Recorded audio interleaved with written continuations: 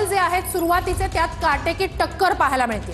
लखीसरायमधून भाजपचे विजय सिन्हा आघाडीवर आहेत। लखीसराय भाजपची जागा आहे। भाजपचाच आमदार या ठिकाणी आहे। विजय सिन्हा हे कट्टर संघाचे कार्यकर्ते म्हणून ओळखले जातात। वेगवेगळी पदं त्यांनी भूषवलेली आहेत। विधानसभा अध्यक्ष होते, विरोधी पक्ष नेतेही होते। त्या विजय सिन्हा आता आघाडीवर आहेत। लखीसरायमधून भाजपचे विजय सिन्हा आघाडीवर। सुरुवातीच्या या कलांमध्ये 22 जागांवर एनडीए आघाडीवर आहे। एनडीए 22 जागांवर आघाडीवर तर महाआघाडी 18 जागांवर आघाडीवर। जेएसपी 2 जागांवर आणि इतरे भाजप आणि आरजेडी यांच्यामध्ये काटेकी टक्कर। 2 जागांचा फरक आहे फक्त। भाजप 15 आणि आरजेडी 13 जागांवर आघाडीवर। जेडीयू 8 जागांवर आघाडीवर। काँग्रेस 3 जागांवर आघाडीवर।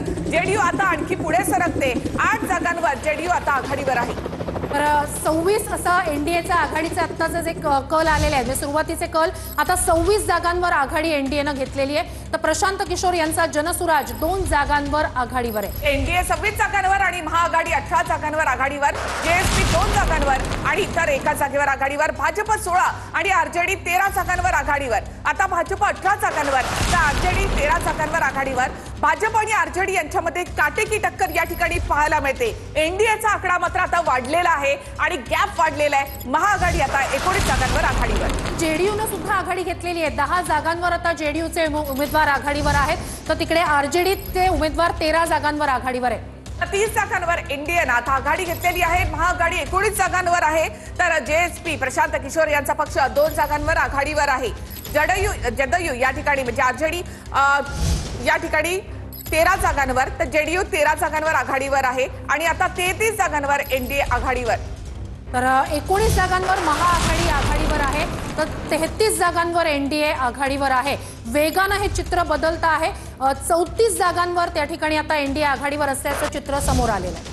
तर इथे एनडीए 34 आणि महाआघाडी 21 जागांवर आघाडीवर। जेएसपी या ठिकाणी 2 जागांवर आणि इतर 1 जागेवर। भाजप 18 तर आरजेडी 15 जागांवर आघाडीवर आहे। जेडीयू 13 जागांपर्यंत पोहोचली आहे, तर काँग्रेस मात्र 3 जागांवर आहे।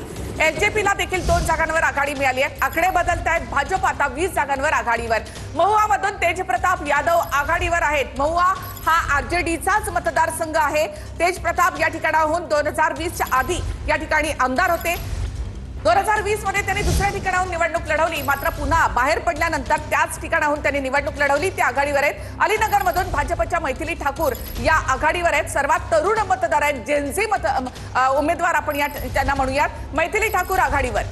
अलीनगरमधून भाजपच्या मैथिली ठाकूर आघाडीवर आहेत। त्यांच्या उमेदवारीला खरं तर विरोध होता, हा उमेदवार नको असं म्हटलं जात होतं, मात्र सध्या ते आघाडीवर आहेत। आरजेडीचे विनोद मिश्रा त्या ठिकाणी पिछाडीवर आहेत।